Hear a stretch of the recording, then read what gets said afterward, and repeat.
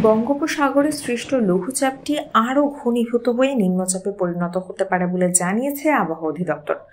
আবহাওয়া অধিদপ্তরের পূর্বাভাসে বলা হয়েছে, দক্ষিণ পশ্চিম বঙ্গোপসাগর ও তৎসংলগ্ন এলাকায় অবস্থান করা লঘুচাপটি বর্তমানে পশ্চিম মধ্য বঙ্গোপসাগর ও তৎসংলগ্ন দক্ষিণ পশ্চিম বঙ্গোপসাগর এলাকায় অবস্থান করছে, যা আরও ঘনীভূত হতে পারে।